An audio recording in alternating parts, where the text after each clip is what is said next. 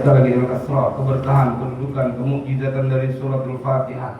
Semoga Allah ampuni semua dosa dan kesalahan kita. Allah ampuni dosa dan kesalahan orang tua kita. Allah pelihara diri kita, keluarga kita, anak-anak kita, keturunan kita, harta benda kita dari semua kejahatan makhluknya. Allah mudahkan semua urusan kita. Allah sampaikan semua hajat dan maksud kita. Allah sembuhkan semua penyakit yang ada pada diri kita, yang zahir maupun yang batin. Allah berikan kita karunia husnul khatimah. Ya Rabb, ya Rabb, bisiril Fatihah. A'udzu billahi minasyaitonir rajim. Bismillahirrahmanirrahim. Alhamdulillahi rabbil alamin, arrahmanir rahim, maliki yaumiddin. Iyyaka na'budu wa iyyaka nasta'in. Ihdinas siratal mustaqim. Siratal ladzina an'amta 'alaihim ghairil maghdubi 'alaihim waladdallin. رب اغفر لي ولوالدي وللمؤمنين آمين. بسم الله الرحمن الرحيم. الحمد لله رب العالمين. اللهم صل وسلم على سيدنا محمد وعلى آل سيدنا محمد. أما بعد، فقال شيخ المؤلف رحمه الله تعالى: وأدام النفع به وببركات علومه وبكم في الدارين آمين. ومن الآداب المطلوبة ألا يتحدث إلى الناس بما يجري بينه وبين زوجته حال قضاء الوطر، فإنه مما لا ينبغي ولا يليق، وإن حفظ الأسرار واجب، ولا سيما مثل هذا السر الذي يتعلق بحرم المرء وعرضه، وهما أقدس المقدسات لديه بعد مقومات الإيمان. Nah, bismillahirrahmanirrahim. Wa minal adabil matlubati, dan itu sebagian dari adab-adab yang dituntut, yang diharuskan. Ini lanjutan dari adab bagaimana berhubungan suami istri diatur dalam Islam. Namun sebelumnya kita baca surah kamilah, kita bertabarruk.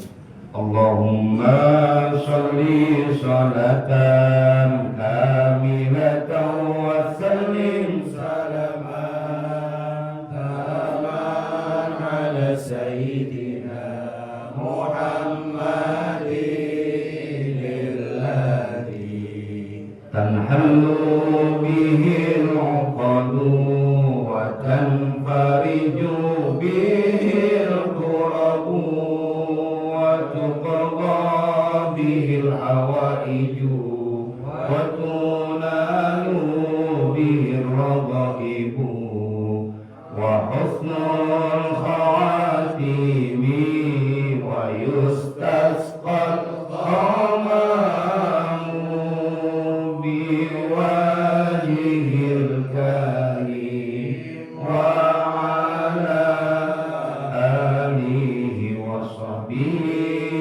في كل لمحة ونفس بعدد كل معلوم الله. Bismillahirrahmanirrahim. Wa minal adabil matlubati, dan itu sebagian dari tata cara etika, adab al-matlubati yang dituntut, yang diharuskan dalam berhubungan suami istri. Poin yang keempat adalah an la yatahaddatsa, bermula bahwa tidak berbicara, memperbincangkan ilan nasi, kepada manusia. Jadi tidaklah seseorang itu, baik suami maupun istri, adab dalam berhubungan suami istri, jangan bercerita kepada manusia bima yajri, dengan sesuatu yajri yang terjadi atau berjalan, bainahu, antara seorang suami, wa baina zaujatihi, dan antara istrinya seorang suami. Nah, ini adabnya diceritakan oleh muallif. Yang keempat, hala qada'il watori, saat keadaan meluapkan atau menunaikan, melaksanakan al-watori, hubungan intim. Jadi jangan menceritakan sesuatu yang terjadi antara suami istri, hubungan intimnya itu kepada manusia, kepada orang lain.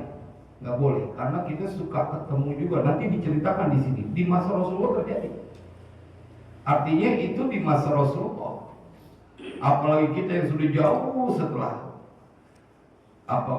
masa baginda Rasulullah SAW, yang kualitas ketaatan ketakwaannya nggak bisa nyaingin para sahabat. Tetapi perihal yang ini terjadi juga di masa tabi'in, terjadi juga sampai seorang qadhi yang namanya Shuraih al-Qadhi itu bikin fatwa karena pada saat itu banyak orang yang menceritakan hubungan intimnya dengan pasangannya kepada orang lain. Jemaah kita enggak kemudian berpikir apa iya ada ustadz yang begitu. Banyak. Ketika ngomong baik laki maupun perempuan, kalau dia menceritakan hubungan intimnya kepada orang lain, nanti di sini dilihat bahwa engkau telah melakukan sesuatu perkara yang besar, artinya yang dosanya besar. Hunna libasul lakum wa antum libasul lahun. Begitu kata ayat Al-Quran. Mereka adalah pakaian buat kalian dan kalian pakaian buat mereka. Jadi jangan kemudian membuka aib dari pasangannya, karena semestinya kalau baju itu dia akan menutupi segala aib dan sesuatu yang tidak pantas dilihat oleh atau didengar oleh orang lain. Ada yang kemudian berkata, lu mah istri lu enak masih muda, istri gua udah tua susah kalau misalnya itu. Nah ceritanya kayak begitu.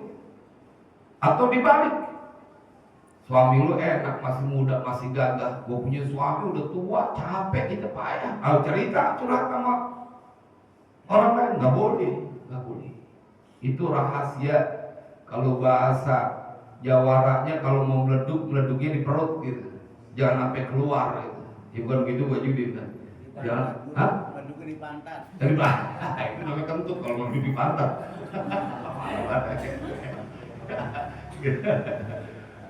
Enam. Fa innahu, maka sesungguhnya memperbincangkan hubungan intim mimma dari sesuatu la yang bagi yang tidak seyogianya wala yaliku dan tidak selayaknya. Jadi ngomongin hubungan badan kepada orang lain itu nggak pantas, apalagi sampai cerita dia mau bangkis mulu kalau hubungan badan. Nah itu bahaya sebenarnya, bangkis mulu. Ya, tapi kan ada orang yang kemudian memang mereka juga merasa tidak nyaman. Saya tadi baru ngisi pengajian di bulanan itu kan. Iya, tapi tentang hubungan kitab adab nikah. Itu ada seorang yang bilang, Ustaz dia nggak kalah sama saya, tapi lagi makan. Emang apa kalahnya? Dia mah bininya satu juga nikahnya telat lama. Terus emang kalau apa? Saya mau udah 3, alhamdulillah. Udah 3 ya. Lu mah bukan cuma ngatain dia, ngatain gue juga lu namanya. Tapi dia bilang, Ustaz, kenapa saya harus nikah lagi? Karena saya punya istri tidak mau diajak berhubungan badan. Nah kalau nusyuz tuh, maka akhirnya dia nikah lagi. Berapa lama bang? 4 tahun. Ya lu tolong bang kalau pengen nungguin 4 tahun gitu. Gantian gitu kan. Tapi memang ini sesuatu yang kemarin dibahas. Dia yang akan menghadirkan rasa kasih sayang. Bapak, ibu, kita akan ngerasain betul suami istri itu muara, debat keras dengan pasangannya, dengan satu masalah. Tapi kalau kemudian sudah berhubungan badan, selesai itu masalah. Betul nggak Pak Yudi? Udah nggak ngerasain kali yang begitu ya. Ini urusan yang masih muda-muda. Lagi duduknya nggak sama yang tua sih ya. Tapi kalau udah begitu selesai, cair, oh itu dahsyatnya. Jangan anggap kecil perihal yang kayak begitu. Memang disitulah bentuk kasih sayang Allah kepada hambanya, bikin supaya merasakan sesuatu yang halal, jangan sampai menempuh cara yang haram. Allahumma sallimna. Semoga Allah selamatkan kita. Wa inna hifdzal asrari wajibun, dan sesungguhnya memelihara, menjaga al-asrar, rahasia, perkara rahasia itu hukumnya wajibun, wajib. Yang lempengan ini nggak boleh kita kebuka sama siapa saja, karena masalahnya nanti akan merembet, diceritakan dalam kitab ini. Ente tahu nggak kalau ngomongin yang begitu efeknya banyak. Wala siyama, dan terlebih mithlu hadza sirri, seperti ini rahasia. Ini apalagi hubungan badan.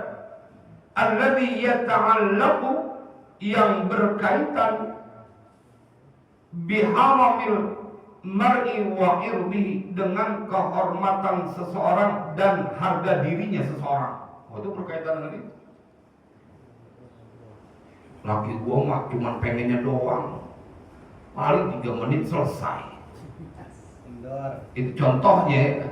Dia ngomong begitu, dia telah membuka aib dan bahkan kehormatan, harga diri dari suaminya. Karena kebanyakan bapak, ibu sekarang itu memang disengajain untuk membuka aib. Kita lihat tayangan di televisi, artis-artis yang mereka mengangkat masalah perceraian yang membuka aibnya. Waduh, ngeri banget. Wahuma aqdasul muqaddasati ladaihi, dan bermula keduanya yakni haramil mar'i wa irdihi, kehormatan dan harga diri seseorang itu aqdasul muqaddasati ladaihi, sesuatu yang paling sucinya dari kesucian-kesucian yang lain di sisi seseorang.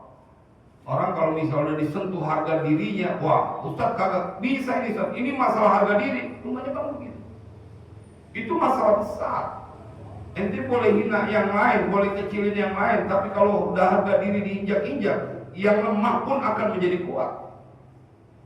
Maka ini urusan hubungan atau rahasia hubungan badan itu suami istri, jangan kau ceritakan kepada orang lain, karena akan menjadikan harga diri seseorang menjadi diinjak-injak. Jadi memang kita udah bagian yang harus kita jaga betul.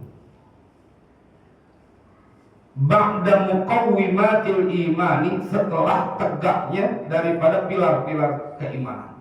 Jadi setelah itu semua, masalah harga diri adalah bagian dari kehormatan dan harga diri seorang itu menjadi aqdasul muqaddasat. Inna tasahula fi siyanati hadha sirri, sesungguhnya nganggap remeh, tasahul, ngentengin, cuman begitu doang, omongan begitu masa jadi masalahnya banyak Ustaz. Orang ngentengin fi siyanati hadha sirri, pada menjaga, memelihara hadha sirri, ini rahasia, burhanun, itu menjadi bukti yang nyata, menjadi bukti yang nyata ada dhafil aqli, atas lemahnya akal seseorang yang bercerita. Jadi kalau ada orang yang bercerita tentang kekurangan istrinya dalam urusan berhubungan badan terlebih, maka sesungguhnya dia lelaki yang lemah akalnya. Itu bukti. Kok bisa sesuatu yang sangat private, sangat privasi, dia bisa ceritain. Seorang wanita yang harus dia jaga, dia pelihara, amanah dari Allah, justru dia buka aibnya di depan orang lain. Apalagi urusan yang sangat penting, urusan berhubungan badan. Maka lelaki, suami model kayak begitu, akalnya lemah. Wa khubthid dhamiri, dan menunjukkan buruknya hatinya tuh orang. Imma suami yang menceritakan atau istri yang menceritakan hubungan intimnya dengan pasangannya, maka kata Tuan Syekh Said Muhammad bahwa orang tersebut adalah orang yang buruk hatinya. Dhamir, wa khubthid dhamiri. Udah penyakitnya kronis. Mulutnya udah kagak ada lagi saringannya. Kalau bahasa Betawinya ngomongnya kagak pakai diayak lagi.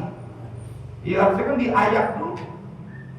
Mana yang harus disampaikan, mana yang harus kau jaga, kau pelihara. Kata muallif, bila engkau bertemu dengan orang yang menceritakan hubungan badannya dengan istrinya, ketahuilah itu orang hatinya buruk. Hatinya, kalau bahasa khubsi itu bisa artinya busuk. Hatinya busuk. Dan ini banyak Pak, banyak. Kalau dia nggak ngaji dianggap itu cuma lelucuan, dibuat konsumsi buat lelucuan supaya hadir gelak tawa. Makanya kadang-kadang kalau sampai penceramah bercerita tentang yang kayak begitu dikonsumsi buat lelucuan, kebayang nggak bagaimana isi hatinya? Ente boleh bercanda yang lain, tapi jangan bercandain hubungan itu. Kan ada tuh yang ceramahnya pakai jorok-jorok. Kalau lagi ini kan bukan ngaji nih, emang kajian. Ceramah maulid jorok-jorok demi menghadirkan gelak tawa. Carilah lelucuan yang lain, jok-joknya yang lain, yang berkualitas, yang berkelas. Jangan perihal yang sangat private itu, yang privasi itu, yang karena yang mendengar itu adalah di antaranya banyak orang yang tidak cukup umur, dan kau akan mengkondisikan otak pendengar sampai kepada wilayah itu. Coba contoh begini, saya bercerita tentang Jogja misalnya. Pada saat saya belajar di Jogja, bapak ibu itu yang mendengar, siapapun pasti akan membayangkan suasana dari apa yang saya sampaikan. Orang pulang haji, nanti nih Bang Haji Fadoli pulang haji cerita tentang perjalanan hajinya di Mina begini-begini, kita tuh akan terbawa oleh omongan orang tersebut karena bercerita tentang perjalanan hajinya. Begitupun engkau ketika berbicara, bercanda boleh, tapi kalau buat sampai urusan yang begituan jangan. Kalau kita memang bab lagi ngaji tentang adatnya nih, diingetin, karena itu menunjukkan tentang buruknya hati seseorang ketika bercerita rahasia hubungan badannya dengan pasangannya. Waliyadzubillah. Waradalatil khuluqi. Dikata ciri-ciri orang-orang yang begitu menunjukkan rendahnya akhlaknya. Gak punya akhlak tuh orang. Bininya yang masakin, bininya yang ngurusin anaknya, lagi diceritain kekurangan yang orang lain. Kalau bukan akhlak yang buruk, akhlak yang rendah gak mungkin terjadi. Suaminya nyari nafkah, suaminya yang mikirin berbagai kebutuhan rumah tangga, lagi diceritain sama seorang lain tentang kekurangannya dan bagian yang paling penting.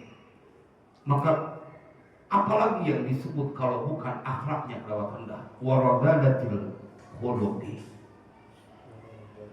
wa ta'ammudil adha dil mar'ati, dan menyengaja menyakiti seorang perempuan. Ini kalau yang bercerita adalah suaminya. Pada saat engkau bercerita kelemahan dari istrimu dalam urusan hubungan badan kepada orang lain, maka itu dia sengaja sedang menyakiti istrinya. Allahumma fir lana dzunubana. Orang yang paling banyak berkorban sama kita, malah diceritain disakiti. Kayak apa begitu dia dengar? Gua dengar lu begini, kok lu tahu? Laki lu cerita kayak apa sakitnya itu seorang istri. Gua dengar lu begini. Seorang yang, maaf saya perlu sampaikan, mereka berkali berkorban nyawa untuk menghadirkan anak buat kita. Perlu diingat Pak.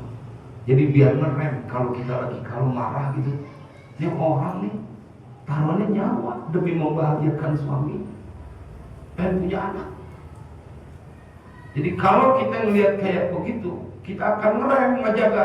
Karena kalau kau menceritakan aib istrimu perihal hubungan badan, itu bukti wa ta'ammudil adha dil mar'ati. Engkau sedang menyengaja menyakiti kepada seorang perempuan. Perempuan kan perasaannya halus. Dia perasa. Tapi kau justru menghadirkan luka di dalam hati mereka. Fatihah dan bukti bahwa merendahkan dari kemuliaannya seorang perempuan, seorang istri. Hina banget, direndahin. Dan yang paling menyakitkan, yang merendahkan adalah orang yang berstatus sebagai imam dalam rumah tangganya. Itu yang paling menyakitkan. Kalau orang lain mungkin masih ada orangnya orang lain. Ini yang semuanya dia udah pasrahin sama suaminya. Hidupnya bahkan bergantung betul tanpa dia sadari. Dinurut dengan apa yang dilakukan atau yang diputuskan oleh suaminya.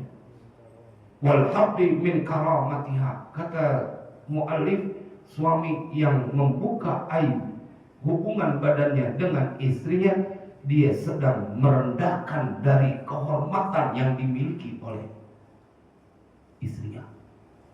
Saya ketemu Pak, dan orang ini itu cuma miris doang, dia mau bercanda sih, tapi kok bisa kemudian dijadikan bahan leluconan sesuatu yang berkaitan dengan orang yang harusnya dia jaga. Ku anfusakum wa ahlikum naro, jaga dirimu dan keluargamu termasuk istri dan anak di dalamnya dari panasnya api neraka. Itu tugas mulia dari Allah, mulia dan berat. Bukan sekedar mereka tercukupi sandang, pangan dan papan, tapi kau dapat tugas mulia dari Allah. Buat semua suami, tugas mulia dan berat, perlu keseriusan menyelamatkan mereka dari panasnya api neraka. Bukan cuma sekedar terbebas dari rasa lapar, bukan sekedar dia punya tempat untuk berteduh, bukan sekedar dia pakai pakaian yang akan menutupi auratnya, tapi sehelai rambut dari istrimu jagain, jangan sampai terbakar api neraka. Mulia tuh, tugas mulia banget, tapi beratnya nggak keturungan. Tapi ketika Allah perintahkan itu, karena kita diberikan potensi untuk mampu melakukannya. Sama Pak, kita aja yang orang yang udah tahu buat ngurusin pajak, misalnya pajak motor gitu, kan kita pasti minta tolongnya kepada orang yang kita tahu pasti punya kemampuan itu. Nggak mungkin kepada orang yang tidak mampu. Orang lagi di sawah kemudian kita panggil, kita bilang tolong dong perpanjang pajak aneh, kan tolol yang nyuruh berarti. Dia mana ngerti, orang dia aja kagak punya motor.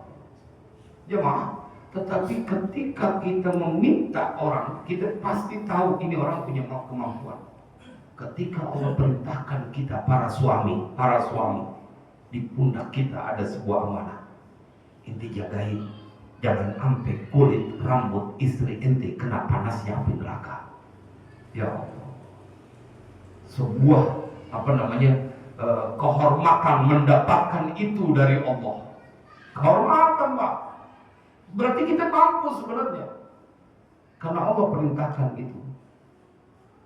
Bukan cuma kehormatan istri yang kau sedang rendahkan, wa karamati ahliha, ya Allah, kau sedang merendahkan kemuliaan dari keluarga istrimu kalau kau menceritakan aib atau perihal hubungan badanmu dengan istrimu. Jangan-jangan keluarganya juga jadi malu. Kalau kita ngaji fikih Pak, banyak nanti kasus dalam urusan hubungan badan. Banyak keadaan perempuan yang diceritakan di dalam fikih. Bagaimana dengan kondisi fisik dia. Jadi saya ingin mengingatkan usikum wa nafsi bahwa kita punya amanah, pada waktunya akan dimintakan pertanggungjawaban. Tapi kita gila dikasih amanah dibanding orang yang mereka tidak dipercaya sama Allah, karena dibikin takut terus. Lain hal dengan ulama-ulama kita yang memang mereka tidak menikah karena sudah asyik bersama Allah. Beda tuh Pak, dengan orang yang tidak menikah karena takut aja. Makanya Nabi keras betul. Bila ada orang yang takut menikah, sebabnya karena takut miskin nggak bisa memberikan nafkah, maka bukan termasuk umatku. Falaysa minna. Karena seyogianya kalau dia menikah, ente punya rezeki yang sudah ditentukan saat umur 4 bulan di rahim seorang ibu. istri ente punya rezeki, kalau digabung pasti jadi tambah banyak logikanya tambah banyak. Jadi nggak mungkin kau tidak perlu khawatir karena istrimu sudah ditentukan juga rezekinya sama Allah. Ente cuma disuruh ikhtiar doang, yang tanggung semuanya adalah Allah. Nyatanya berapa banyak seorang suami yang meninggal lebih dulu, tapi istrinya bertahun-tahun ngurus anak 5 masih tetap dia bisa melakukannya. Itu kan menafikan bahwa suami mutlak yang memberikan rezeki. Ente cuma sebab doang. Rezekinya udah ada masing-masing. Rezeki anak ente udah ada kan yang ditinggal dari umur 5 tahun, ditinggal masih bayi, bahkan nggak kenal muka bapaknya. Dengan rezekinya ada, bukan dari ente, bukan dari bapaknya, dari Sang Pencipta. Makanya orang Betawi dulu, orang tua kita dulu itu pede banget Pak. Banyak anak, banyak rezeki, tauhidnya tinggi banget. Emang saya yang ngasih rezeki, Allah yang jamin. Mereka punya keyakinan yang begitu kuat bahwa Tuhannya tidak akan membiarkan makhluknya dalam kesusahan. Sekarang malah ditakut-takutin. Bahkan pada saat nyari mantu, yang pertama ditanya kerjanya apa?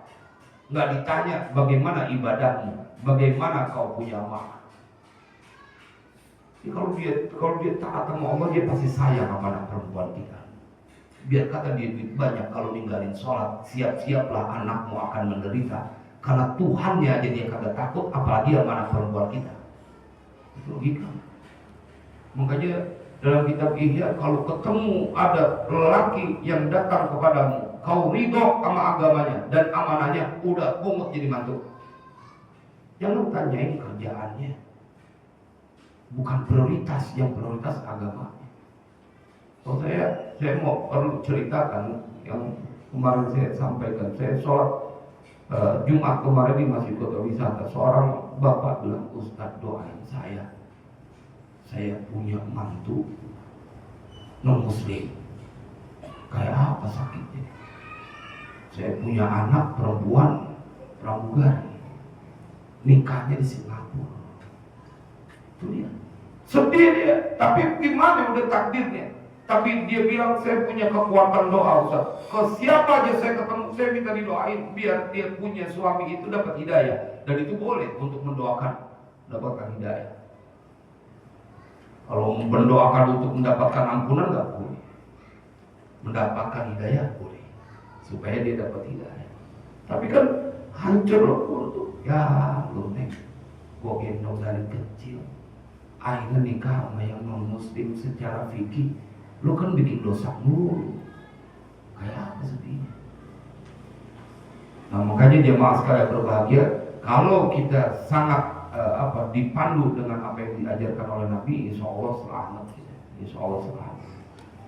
Wa aqallu ma fihi, dan paling sedikitnya ma fihi, sesuatu yang ada di dalamnya, artinya resiko dari menceritakan rahasia hubungan badannya adalah annahu naqsun bi ahdi zaujiyati, bahwasanya yang menceritakan itu atau menceritakannya itu adalah naqsun bi ahdi zaujiyati, pelanggaran terhadap janji pernikahan.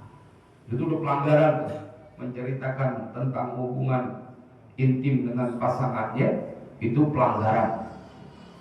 Wa huwa amtanul uhudi, dan bermula ahduz zaujiyah, artinya perjanjian pernikahan itu adalah paling kokohnya perjanjian. Amtanul muhudi, perjanjian yang memang harus dipegang terus, nggak boleh rapuh. Wa aghlabul mawathiqi, dan paling teguhnya sebuah ikatan, makanya disebutnya mitsaqun ghalidh, janji, sebuah ikatan yang kuat. Emang betul Pak, coba keramatnya tuh kalimat qabil tuh, begitu qabil tuh berubah semua status. Seorang perempuan Dia akan taat, dia akan nurutin, nyuciin baju suaminya, dia nyiapin makanan suaminya, sebelumnya masakin, setelah qabil tuh. Seorang suami akan mikirin kebutuhan dari istrinya, anak-anaknya. Nah itu kenapa? Coba kalau cuman sekedar aja nggak bisa. Tapi begitu kalimat qabil tuh nikah wa tazwijah bil mahril madhkur naqdan berubah. Itu sebuah paling teguhnya sebuah ikatan. Innahu khiyanatun, membuka aib, menceritakan hubungan badan pasangannya itu adalah khiyanatun, pengkhianatan. Waduh paling kagak enak disebut pengkhianat. Pengkhianat negara aja kagak enak disebut pengkhianat negara, apalagi pengkhianat agama, pengkhianat dalam rumah tangga. Wow, itu kalau orang udah punya mental khianat, maka selamanya mereka kalau tidak mau bertobat akan punya mental itu. Kan dulu pada saat masih dijajah, suka yang namanya Belanda penjajah itu punya mata-mata kan, punya apa? Inlander. Iya, pengkhianat bangsa kan ada. Begitu dia sudah membahagiakan, nyenengin itu Belandanya, penjajahnya, bukannya malah diupain, ditembak malah. Kata itu Belandanya, menir kan namanya. Menir Belandanya, negeri lu aja lu khianatin, apalagi gua yang penjajah. Itu kan orang cerdas. Ketika engkau mendapati ada orang yang khianat, dia menceritakan hubungan badannya dengan pasangannya, kau sedang bertemu, kata mu'alif, ketemu dengan seorang pengkhianat. Bininya aja dikhianatin, diceritain aibnya. Tuhan dikhianatin, padahal dia harus menjaga harga diri dari istrinya. Dibeli dengan kalimat mulia, masih dikhianatin, diceritain tentang aibnya, hubungan badannya. Begitupun sebaliknya seorang istri. Ini orang kata kitab Adabul Islam fi Nidhamil Usma, pengkhianat nih. Kalau bininya aja digituin, apalagi kita. Bininya kan nyiapin apaan aja. Ini kita diajak main logika sederhana. Oh iya benar. Sama Pak, ketika kita ketemu dengan orang-orang yang mengkhianati rakyatnya, wow, itulah orang yang paling berpotensi untuk mengkhianati siapapun yang bersamanya. Makanya kan ada sebuah istilah dalam ilmu politik itu, tidak ada teman abadi, tidak ada musuh abadi juga. Ya itu kan dianggap jadi pembenaran, tapi engkau lupa, kau sedang memperlihatkan jaketmu yang berkhianat. Kemarin sama dia dipuja-puja, disanjung-sanjung. Begitu dia di kelompok lain dihina habis-habisan. Dan mukanya mirip-mirip Pak. Ini mukanya mirip-mirip. Potongannya begitu orang khianat. Dikatain dihina. Kemarin dipuja-puja. Nah, makanya kita buat ngambil pelajaran. Ya Allah, ente korbanin urusan akhirat dengan urusan dunia. Innahu khiyanatun yatarattabu 'alaiha an yahilla syiqaqu mahal al-wifaqi wal nufratu makan al-ulfati wal wuhsyatu mawdi' al-unsi. Kata mu'allif, sesungguhnya itu khianat kalau nyeritain yang akan yatarattabu, yang akan berakibat alaiha, atas pengkhianatan itu, ayyahilla, apa bahwa menempati asyiqaqu, sebuah permusuhan, mahallal wifaqi, akan tempat keharmonisan. Jadi gara-gara itu tempatnya yang pertama harmonis damai, akhirnya digantiin ayyahilla syiqaqu. Wa in khiftum syiqaqa bainahuma fab'athu hakaman min ahlihi wa hakaman min ahliha iyurida islahan yuwaffiqillahu bainahuma. Innallaha kana aliman khabira. Itu diceritain dalam Al-Quran. Kalau kau khawatir terjadi sebuah permusuhan antara keduanya, konflik. Ini sebabnya kata Sayyid Muhammad Abuya, bahwa akan berubah rumah tangga yang damai gara-gara kau bercerita tentang keburukan atau sesuatu yang berkaitan dengan hubungan badan. Keromantisan, keharmonisan keluargamu akan diganti dengan konflik yang berkepanjangan. Ini maksudnya ayyahilla asyiqaqu mahallal wifaqi, akan menempati apa asyiqaqu, permusuhan, konflik, mahallal wifaqi, tempat yang awalnya tempat penuh kasih sayang. Makanya kalau ada orang yang kemudian wajar Ustaz, kita kan udah bukan nganten baru lagi, terbalik. Kan biasanya kalau sayang-sayangan tuh di nganten baru katanya perhatian banget, terbalik ya. Kalau ente ngaji kudunya semakin sayang. Dulu waktu dia jadi nganten baru, ente nganten baru, belum banyak pengorbanan istri ente, belum banyak pengorbanan suami ente. Justru begitu sudah 5 tahun, begitu udah 10 tahun, ente hitung berapa banyak jasa yang telah mereka lakukan dan jadikan itu sebagai sebuah modal, ente semakin sayang. Bukan malah ya malu Ustaz, kita namanya udah pengantin lama. Jangan. Ente yang baru kenal, baru itu terus jadi sayang banget. Apalagi dia udah banyak berkali-kali berkorban. Tapi kalau udah mantan sih jangan didatangin. Nama wan nufratu makanal ulfati, dan akan menempati apa an-nufratu, kebencian, makanal ulfati, tempat yang sebelumnya penuh dengan kasih sayang. Jadi bawaannya senewan aja, senewan, tahu kan senewan? Sedeng. Yang dasar laki sedeng begitu artinya. Laki sedeng. Sedeng kan jalan kagak pernah lurus, kalau sedeng miring mulu kan. Ini sedeng nih, orang mulai sedeng. Artinya berpikirnya tuh sedeng udah miring. Itu kalimat memang sebuah hukuman untuk menunjukkan ente nggak berpikir waras, sedeng ente. Kalau ente berpikir waras, yang kau hadapi adalah seorang hamba Allah yang lemah, yang dititipkan dalam hidupmu. Emang kalau udah punya suami rada sedeng, udah puyeng dah, musibah dah. Sedeng, kagak berpikir lurus lagi. Iya benar deh, mau jadi sedeng begitu kan? Iya. Kalau layangan dia singit, berarti singit. Ada susah di ini. Tapi emang itu kita suka dengar nih. Dia memang orang rada sedeng, begitu. Rada sedeng. Orang sekarang jarang dengar kalimat itu. Habis yang sedeng udah pada kagak ada, kan udah pada insaf yang sedeng. Wal wahsyatu mawdi'al unsi, dan tempat keterasingan akan menempati mawdi'al unsi, tempat yang tentram. Jadi kayak orang asing akhirnya, kayak orang asing kan. Kita kadang-kadang suka lucu juga ya. Kalau lagi marah itu bisa kagak ngomong sampai berhari-hari gitu. Padahal tuh sebelum-sebelumnya bercanda, jalan kemana-mana bisa begitu ya majikannya ya. Dia namanya berumah tangga, kalau kita pikirin halus-halus, lu kan udah tua masih tolol aja sih. Iya, kalau kita pikirin gitu, ya saya lagi menghukumi diri saya karena begitu juga. Bahwa ini dia, ini ketemu al-wahsyatu mawdi'al unsi, keterasingan, jadi orang asing ketemu lewat aja.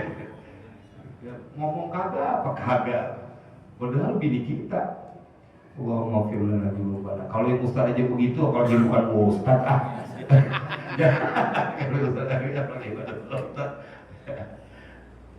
ya Rabb ya Rabb. Walima lahu min 'azimid darari jaa asy-syar'u bitahrimihi wa dhammi man yaf'aluhu. Dan karena sesuatu yang itu baginya min 'azimid darari, dari besarnya madarat, bahayanya. Jadi lahu itu kembali membicarakan hubungan badan kepada orang lain, rahasia itu. Maka jaa syar'u, datanglah syariat bitahrimihi, dengan mengharamkannya untuk menceritakan hubungan badannya. Kembali ke an la yatahaddatsa ila nasi bima yajri bainahu wa baina zaujati. Itu maksudnya pelarangan itu. Dan celaan orang yang melakukannya itu, artinya dia nyeritain dicela.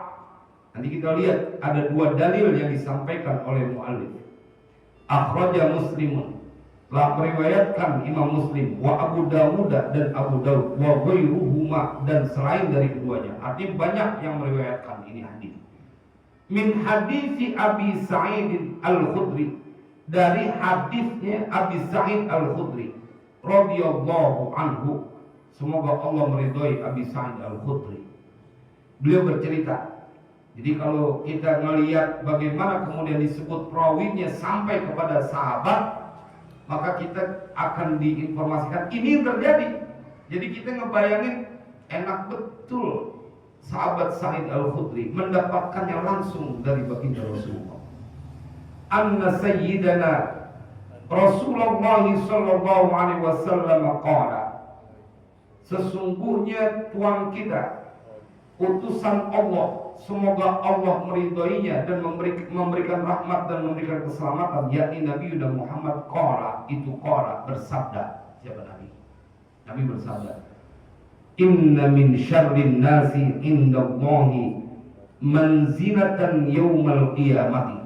Perlu kita ingetin betul, Nabi yang menyampaikan, sesungguhnya itu paling jeleknya manusia, paling jahatnya manusia, indallahi, di sisi Allah.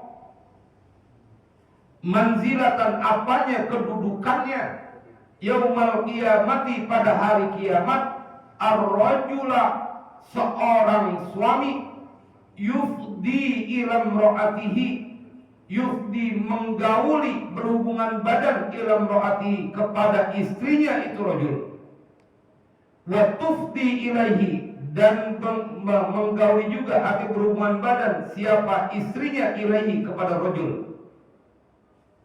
Thumma yanshuru ahaduhuma sirra sahibihi, kemudian menyebarkan siapa ahaduhuma, satu dari keduanya, entah suaminya entah istrinya, menceritakan tentang rahasia daripada pasangannya, sirra sahibihi, rahasia dari pasangannya, suaminya atau istrinya, maka itulah sabda Nabi, paling jahat, paling jeleknya manusia, yang dia punya kedudukan nanti, kedudukannya paling jelek di yaumil qiyamah, di sisi Allah. Nah, kira-kira inna min syarrin nasi indallahi manzilatan yaumal qiyamati ar-rajula yufdi ila imraatihi wa tufdi ilaihi thumma yanshuru ahaduhuma sirra sahibihi. Mari kalau kita lihat kayak begitu, mudah-mudahan yang udah kelewat karena kita belum ngaji, Allah ampunin semua.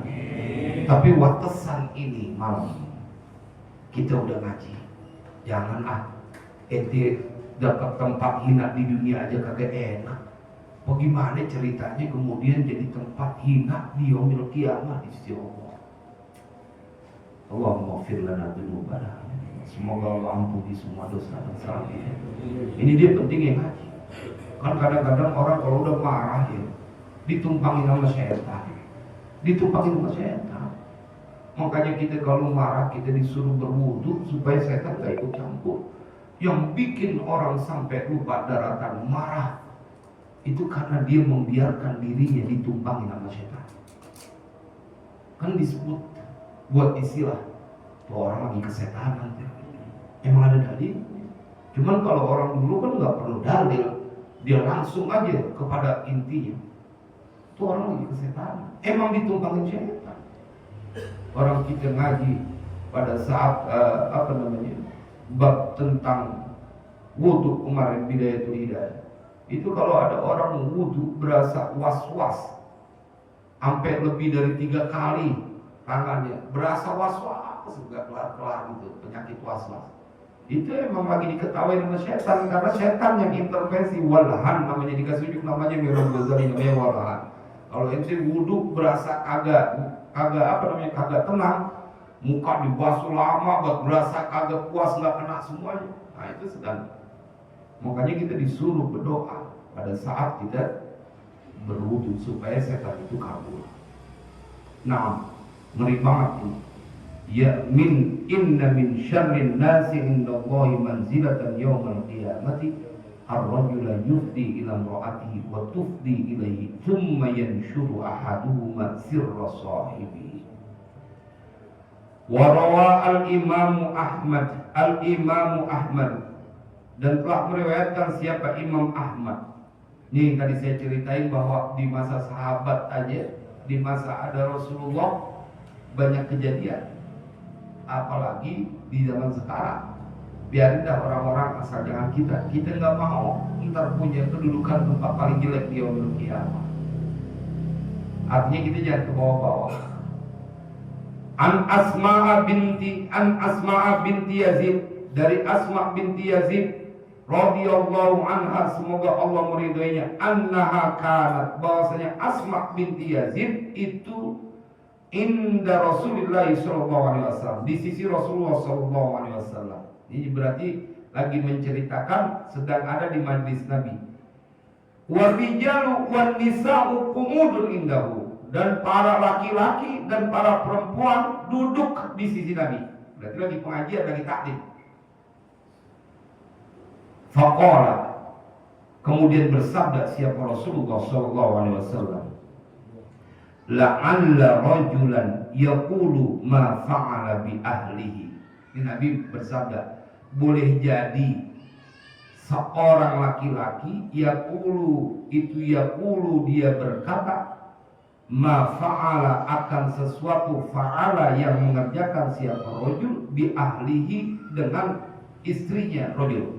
Artinya sabda Nabi, boleh jadi ada orang. Jadi kalau kita ngebayangin Nabi kumpul dengan banyak para sahabat, laki dan perempuan duduk, Nabi ngomong kemudian, boleh jadi ada orang laki-laki, seorang suami yang dia nyeritain, ngomongin tentang istrinya, begitu kira-kira. Wala'allam ra'atan, dan boleh jadi ada seorang istri tukhbiru bima fa'alat ma'a zawjiha. Ada juga seorang istri boleh jadi yang dia menceritakan tukhbiru bima, dengan sesuatu fa'alat yang telah dia lakukan siapa istri ma'a zawjiha, beserta suaminya. Jadi kalau kita bayangin nyantai ringannya, Nabi sedang berbicara kepada para sahabatnya, ada yang laki dan perempuan, boleh jadi ada laki-laki suami yang ngomongin bininya dengan hubungan badannya, dan boleh jadi juga perempuan begitu, kata Nabi, sabda Nabi. Fa'aramal qaumu ay sakatu, maka terdiamlah kaum, ay artinya sakatu, mereka diam semuanya. Di begitu Nabi ngomong begitu, pada diam, berasa karena yang ngomong Nabi. Fakultu, maka berkata aku, yakni Asma' binti Yazid, I wallahi ya Rasulullah, demi Allah wahai utusan Allah, innahum la yaf'aluna, ada yang bocorin, sesungguhnya mereka para suami sungguh banyak yang mengerjakan itu. Ini yang tadi saya bilang bahwa di masa Rasulullah, sahabat-sahabat yang mereka awalnya, artinya mereka yang sebelum mendapatkan pengajaran dari Nabi, melakukan itu. Karena kita sebut sahabat, mereka bertemu Nabi, beriman kepada Nabi sampai dia mati, itu sahabat. Kalau beriman doang gak ketemu Nabi, bukan sahabat. Kayak Uwais Al-Qarni, beriman tapi gak ketemu Nabi, namanya dia tabi'in. Mereka melakukan itu ya Rasulullah, para suami melakukan itu ya Rasulullah. Wa innahunna la yaf'alna, dan sesungguhnya perempuan-perempuan, istri-istri itu juga melakukan ya Rasulullah.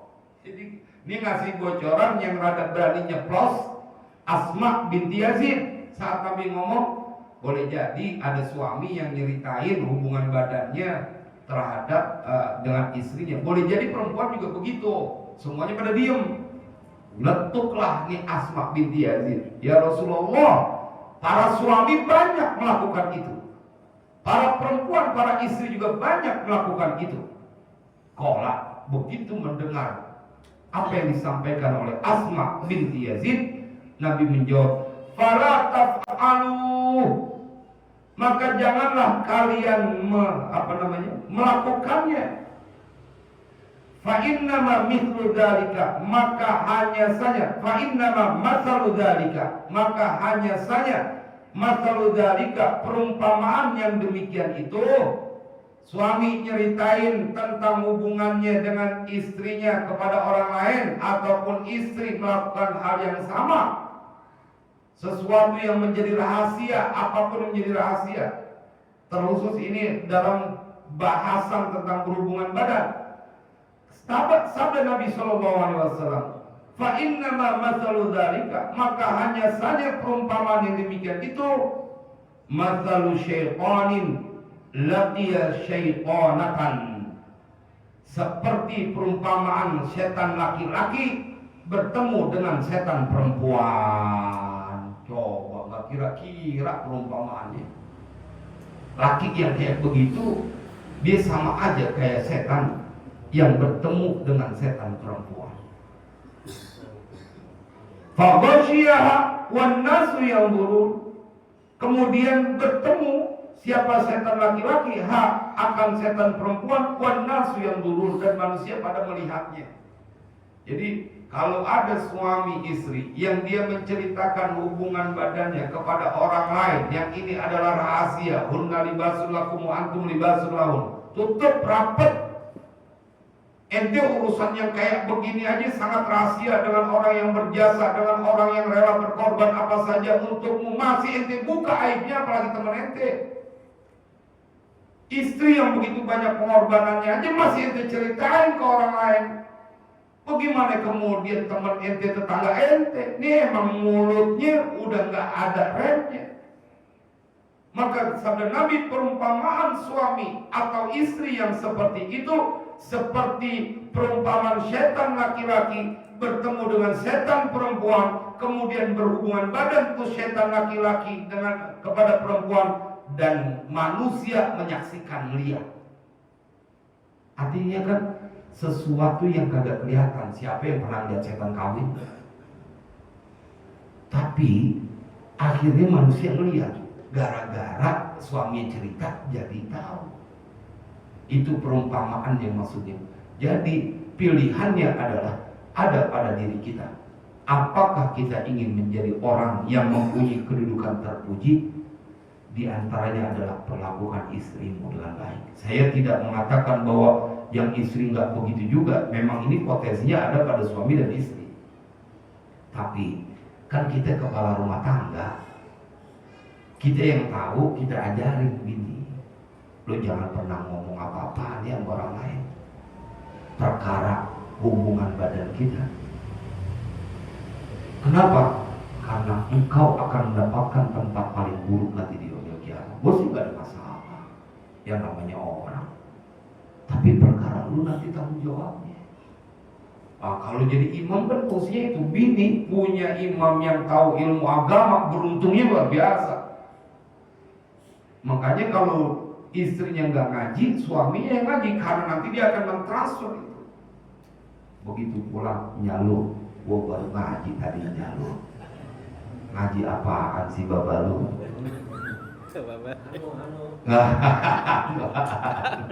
Mudah-mudahan ini akan menjadi rem buat kita. Jadi memang perkara-perkara kecil, jangan-jangan rumah tangga kita itu tidak bahagia karena kita banyak pelanggarannya. Kalau dalam kitab Ihya tadi di bab nikah itu, tahu nggak kenapa susah terus ekonomi? Saya bikin itu untuk videonya di bawah 1 menit. Itu adalah cara Allah menghapus dosa dari suami atau istri. Jadi sehingga ekonominya dibikin ada berat terus. Kalau dua-duanya benar mah nggak bakal. Malam bangun nih, Neng bangun Neng. Kita udah sama-sama tua. Kita bangun, kita sholat. kita zikir. Kalau itu yang dilakukan, nggak ada alasan mereka mendapatkan kesusahan. Jadi di quote and quote gitu, ditelanjangin betul lah Imam Ghazali. Karena hadis Nabi begitu. Ada cara Allah menghapuskan dosa para suami, yaitu ketika mereka kesulitan mencari nafkah untuk anak dan istri, karena dosa yang perlu diampuni. Jadi itu kalau diambil sisi positifnya, bila pun kau mendapatkan kesusahan dari menafkahi istri dan anakmu, di situ masih ada sebuah keutamaan. Ente punya dosa diampuni. Kayak apa kedudukan bini sama anak? Ente punya dosa, terus nyari nafkah, dapatnya sedikit. Sabda Nabi, kau sedang diberikan ampunan oleh Allah. Jadi keberadaan istri maupun keberadaan anak itu mau berkah buat para suami, buat para bapak. Tidak sama sekali menjadi beban. Tidak sama sekali menjadi beban. Sampai diceritakan, kenapa kemudian seseorang harus menikah? Karena mereka punya harapan saat punya anak, dia tidak ada, kemudian anaknya akan mendoakan. Kayak apa ente punya untungnya dengan bab nikah itu? Mendapatkan sebuah pahala yang ngalir terus walaupun kau telah tiada. Jemaah, kan itu yang hadisnya, idza mata ibnu adam min qata amalu illa min thalatin shadaqatin jariyatin aw ilmin yuntafa'u bihi aw waladin shalihin yad'ula. Kata Imam Ghazali, tidak bisa diraih ini anak yang soleh yang mendoakan kecuali kau punya istri. Jadi kalau kita melihat betapa istrimu telah memberikan sesuatu yang membahagiakanmu saat di dunia dan saat di alam barzah. Jadi kalau ngomel sama bini, kudu mikir, pelan aja, pelan, diam aja. Jangan begitu mulu apa, ntar gue jadi ngomel. Gitu. Ini perlu saya sampaikan, panggilan boleh nyalu, tapi AA, nggak mau marah deh. Nuju naon A. Ya kalau udah panggil AA dalam mes aja A. Itu satu huruf yang bikin petaka. Kalau yang ngucapin orang lain terus bini kita dengar A, lu itu siapa bang panggil AA? Itu satu huruf doang tuh. Satu huruf, kalau kata teman saya, satu huruf yang bikin ribut itu huruf A. Kalau salah orang yang mengucapkan dan didengar oleh orang yang salah juga. Mudah-mudahan ini menjadi manfaat.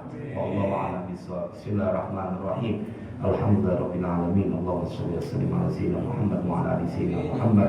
Ya Rabbana bi rahmatika wa bi jahi nabiyyikal Mustafa wa bi jahi awliyaika wa bi jahi muallif hadzal kitab wa hadzal kitab, ya Allah faqdi hawaijana wa hawaij auladina wa dhurriyyatina wa talamidina wa man ahsana ilaina ومن أوصانا بالدعاء ومن له حق علينا يا مولانا سهل أمورنا وأمورهم وحسن مقاصدنا ومقاصدهم وارفع درجاتنا ودرجاتهم في الدين والدنيا والآخرة وصلى الله على سيدنا محمد وعلى آله وصحبه وسلم والحمد لله رب العالمين. السلام عليكم ورحمة الله.